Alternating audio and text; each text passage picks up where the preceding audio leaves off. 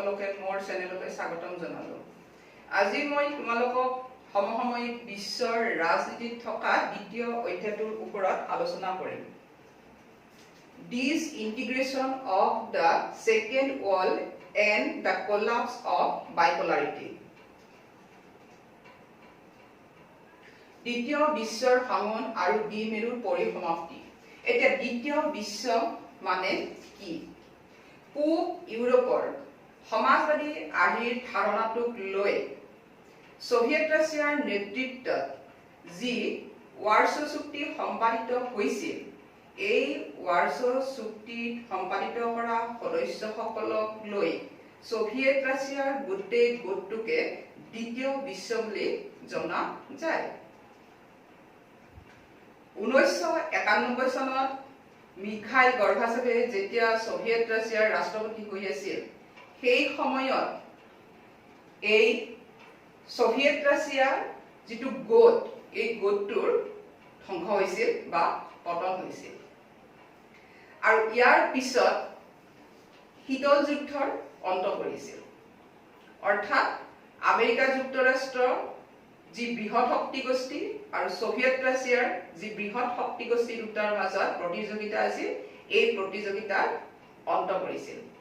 আৰু ইয়াৰ লগে লগে পৃথিৱীত আমেৰিকা যুক্তৰাষ্ট্ৰৰ আধিপত্যই বিস্তাৰ কৰিছিল।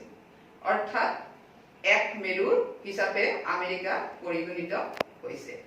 এইখিনি কথাকে তোমালোকক প্ৰশ্ন উত্তৰ শিতানৰ মাজেদি মই দি যাম, তোমালোকে এতিয়া চাই যাবা। 1 নম্বৰ প্ৰশ্ন, দ্বিতীয় বিশ্ব বুলিলে কি বুজা? উত্তৰ: পূব ইউৰোপৰ সমাজবাদী আৰ্হি অনুসৰণ কৰা ৰাষ্ট্ৰসমূহৰ গোটক দ্বিতীয় বিশ্ব বোলে। শীতল যুদ্ধৰ সময়ত যিসকল ৰাষ্ট্ৰই সোভিয়েট ৰাছিয়াৰ নেতৃত্বত সম্পাদিত হোৱা ৱাৰ্ছো চুক্তিৰ সদস্য হৈছিল, সেইবিলাকক একেলগে দ্বিতীয় বিশ্ব বুলি কোৱা হয়। 2 নম্বৰ প্ৰশ্ন, কেতিয়া সোভিয়েট ৰাছিয়াৰ উত্থান হৈছিল? উত্তৰ: 1917ত।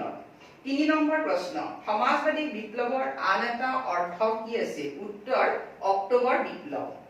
4 নম্বৰ প্ৰশ্ন, সমাজবাদী বা অক্টোবৰ বিপ্লৱ কাৰ নেতৃত্বত ক'ত সংঘটিত হৈছিল? উত্তৰ: লেনিনৰ নেতৃত্বত ৰাছিয়াত সমাজবাদী বিপ্লৱ সংঘটিত হৈছিল।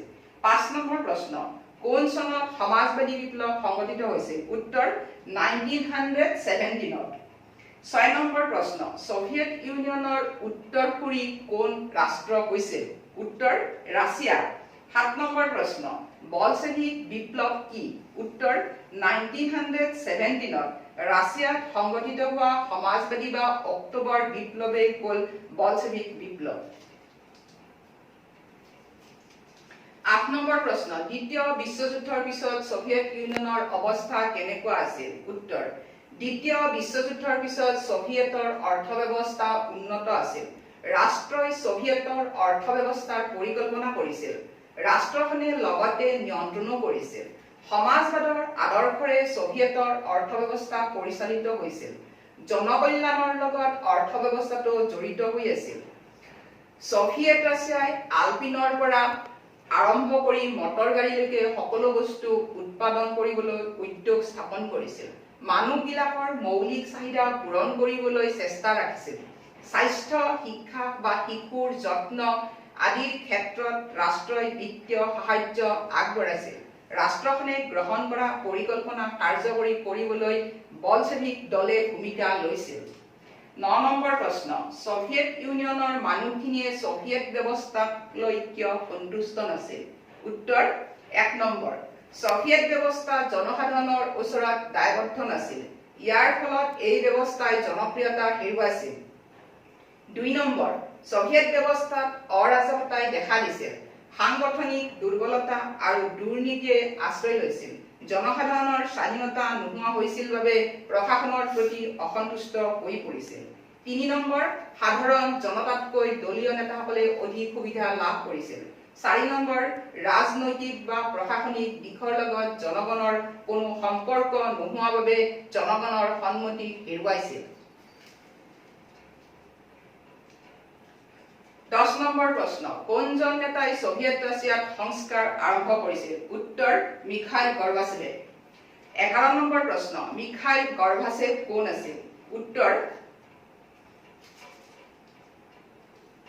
1985 ত সোভিয়েট ৰাছিয়াৰ সাম্যবাদী দলৰ সাধাৰণ সম্পাদক হিচাপে নিৰ্বাচিত হোৱা ব্যক্তিজনেই হ'ল মিখাইল গৰ্বাচেভ তেওঁ ৰাছিয়াৰ ৰাষ্ট্ৰপতি হৈ থকা সময়তে ৰাছিয়াৰ পতন হৈছিল 12 নম্বৰ প্ৰশ্ন মিখাইল গৰ্বাচেভৰ সংস্কাৰমূলক নীতি দুটা কি আছিল উত্তৰ মিখাইল গৰ্বাচেভে সংস্কাৰৰ কাৰণে প্ৰৱৰ্তন কৰা নীতি দুটা হ'ল গ্লাছনোষ্ট অধিক স্বচ্ছতা বা মুক্ত বাতাবৰণ 2 নম্বৰ পেৰেষ্ট্ৰইকা পুনৰ নিৰ্মাণ বা পুনৰ গঠন 13 নম্বৰ প্ৰশ্ন সোভিয়েট ৰাছিয়া কেতিয়া পতন হৈছিল উত্তৰ 1991 14 নম্বৰ প্ৰশ্ন কোনখন ৰাষ্ট্ৰৰ পতনৰ লগে লগে শীতল যুদ্ধৰ পৰিসমাপ্তি ঘটে উত্তৰ সোভিয়েট ৰাছিয়াৰ পতনৰ লগে লগে শীতল যুদ্ধৰ পৰিসমাপ্তি ঘটে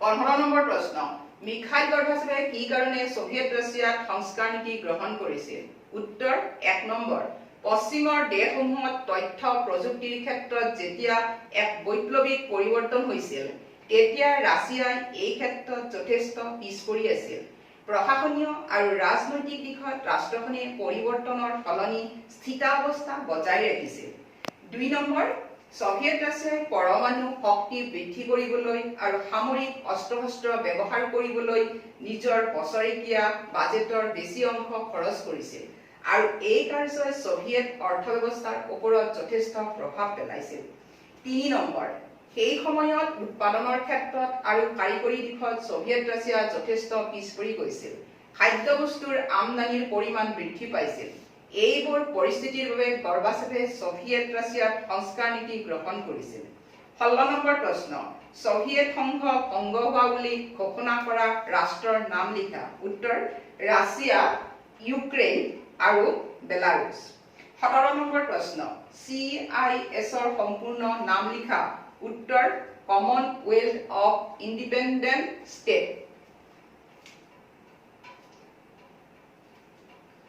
18 নম্বৰ প্ৰশ্ন সোভিয়েট ইউনিয়নৰ কিয় পতন হৈছিল উত্তৰ 1 নম্বৰ কুটিপূৰ্ণ নেতৃত্ব সোভিয়েট ৰাছিয়াত দলৰ নেতাজনকে চৰকাৰৰ বা দেশৰ নেতা বুলি গণ্য কৰিছিল এই নেতাসকলে দেশৰ কল্যাণৰ কথা চিন্তা নকৰি বিলাসিতা জীৱন যাপন কৰিব লৈছিল 2 নম্বৰ অৰ্থনীতিৰ স্থবিৰতা সোভিয়েট সংঘই যদিও অৰ্থনীতিৰ ক্ষেত্ৰত পৰিকল্পনা হাতত লৈছিল বাস্তৱ ক্ষেত্ৰত তেওঁলোকৰ অৰ্থনৈতিক স্থবিৰতাই গঢ় লৈ উঠিছিল জনসাধাৰণৰ দৈনন্দিন ব্যৱহাৰ কৰা সামগ্ৰীবোৰো ভালদৰে যোগান ধৰিব নোৱাৰা হৈ পৰিছিল জনসাধাৰণৰ আশাবোৰ পূৰণ কৰিবলৈ দেশীয় অৰ্থনীতি ব্যৰ্থ হৈছিল 3 নম্বৰ ৰাজনৈতিক আৰু প্ৰশাসনীয় ক্ষেত্ৰত অস্থিৰ অৱস্থা সেই সময়ত সোভিয়েট ইউনিয়নৰ প্ৰশাসনিক ক্ষেত্ৰত বহুতো দুৰ্নীতিয়ে গা কৰি উঠিছিল দেশখনৰ শাসন ক্ষমতা আমোলাসকলে অধিকভাৱে ব্যৱহৃত কৰিব পাৰিছিল প্ৰশাসকসকলে ক্ষমতা বিকেন্দ্ৰীকৰণ কৰাৰ বাবে বা নিজকে জনগণৰ ওচৰত দায়বদ্ধ কৰাৰ বাবে কোনো ধৰণৰ বিহিত ব্যৱস্থা লোৱা নাছিল 4 নম্বৰ গৰ্বাচেভৰ সংস্কাৰমূলক নীতি মিখাইল গৰ্বাচেভে দেশৰ জনসাধাৰণক স্বাধীনতা সমতা অৰ্থনৈতিক স্বনিৰ্ভৰশীলতা আদিৰ বিষয়ে অৱগত নকৰাকৈয়ে ৰাছিয়াত মুক্ত বাতাবৰণ বা অধিক স্বচ্ছতা আৰু পুনৰ গঠন এই দুটা নীতি কাৰ্যকৰী কৰিব বিচাৰিছিল 5 নম্বৰ জাতীয়তাবাদৰ উত্থান ৰাছিয়া বাল্টিক গণৰাজ্যসমূহ Estonia Latvia Lithuania Ukraine Georgia আদি গণৰাজ্যসমূহত জাতীয়তাবাদী মনোভাৱৰ উত্থান হোৱাত সোভিয়েট ইউনিয়নৰ পতন সুগম হৈছিল 19 নম্বৰ প্ৰশ্ন সোভিয়েট ইউনিয়নৰ পতনৰ পৰিণতিসমূহ বা ফলাফলবোৰ লিখা উত্তৰ 1 নম্বৰ পূব ইউৰোপত হঠাতে সোভিয়েট ইউনিয়নৰ পতন হোৱাত বিশ্বৰ ৰাজনীতিত এক গভীৰ প্ৰভাৱ পৰিছিল এই পতনৰ ফলাফলবোৰ হ'ল 1 নম্বৰ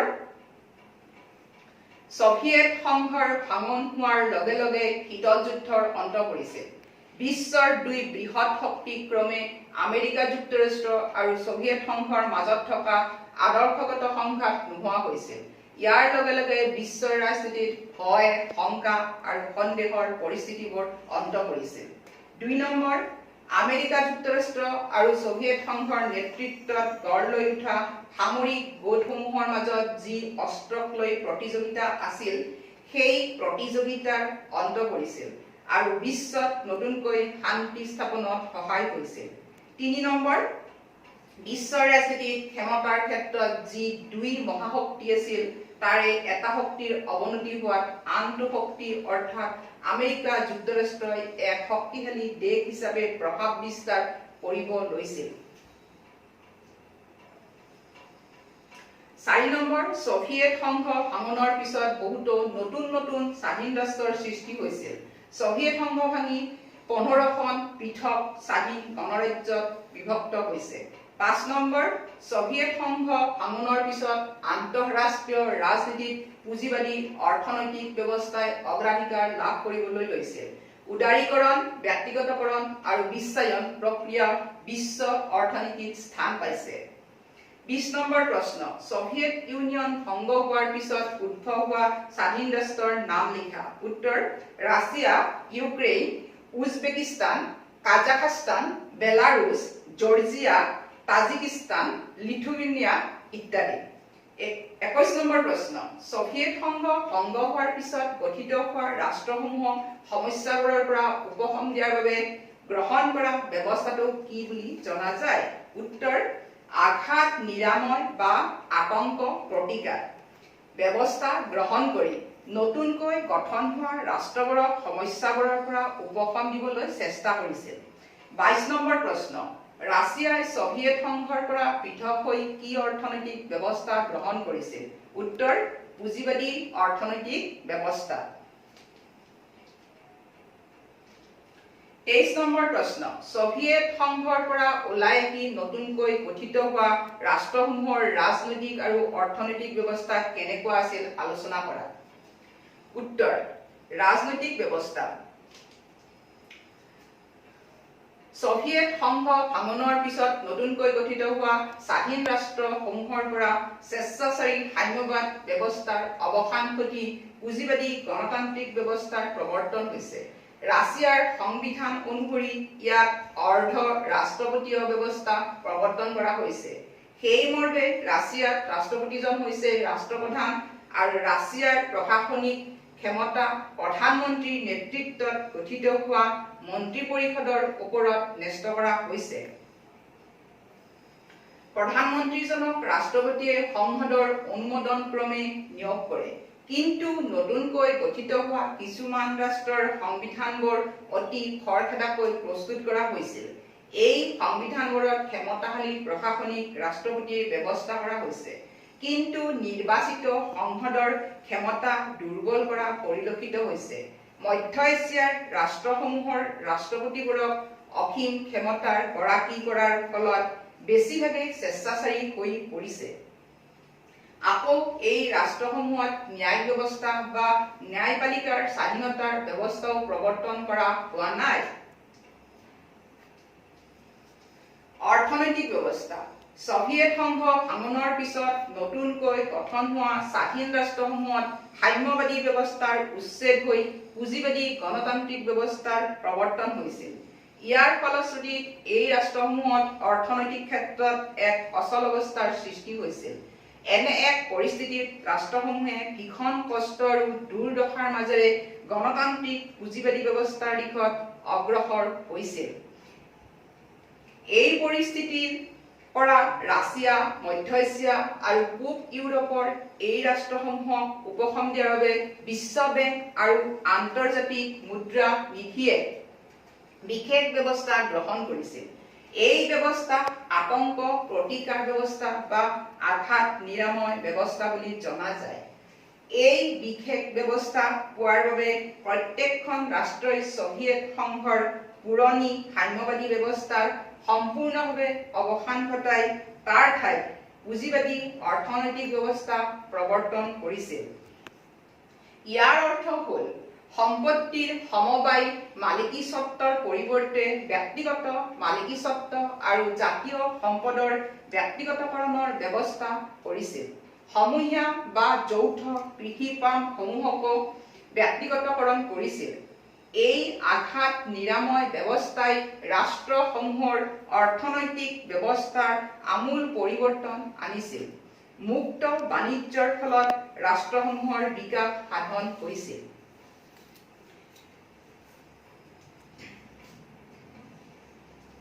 এই ৰাষ্ট্ৰসমূহে পশ্চিমীয়া পুঁজিবাদী ৰাষ্ট্ৰসমূহৰ সৈতে পোনপটীয়া যোগাযোগ আৰম্ভ কৰিছে আৰু পশ্চিমীয়া অৰ্থনৈতিক ব্যৱস্থা গ্ৰহণ কৰিছে। ২৪ নম্বৰ প্ৰশ্ন, ৰাছিয়াৰ দেশীয় মুদ্ৰাক কি বুলি কোৱা হয়? উত্তৰ ৰুবল। ২৫ নম্বৰ প্ৰশ্ন, আঘাত নিৰাময় ব্যৱস্থাৰ ফলাফলসমূহ লিখা।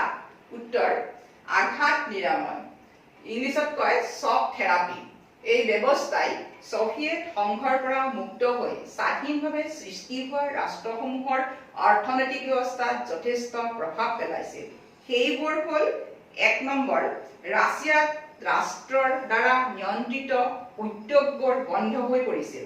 বৃহৎ উদ্যোগ প্ৰতিষ্ঠানসমূহৰ প্ৰায় ৯০% উদ্যোগ কোনো ব্যক্তি বা ব্যক্তিগত খণ্ডৰ কোম্পানীৰ ওচৰত বিক্ৰী কৰি দিছিল। ইয়াৰ ফলত বৃহৎ উদ্যোগ ব্যৱস্থা ধ্বংস হৈ পৰিছিল। ২ নম্বৰ, ৰাছিয়াৰ দেশীয় মুদ্ৰা ৰুবলৰ মূল্য হ্ৰাস হৈছিল আৰু দৈনন্দিন ব্যৱহাৰ্য সামগ্ৰীৰ মূল্য অভাৱনীয় হাৰত বৃদ্ধি পাইছিল।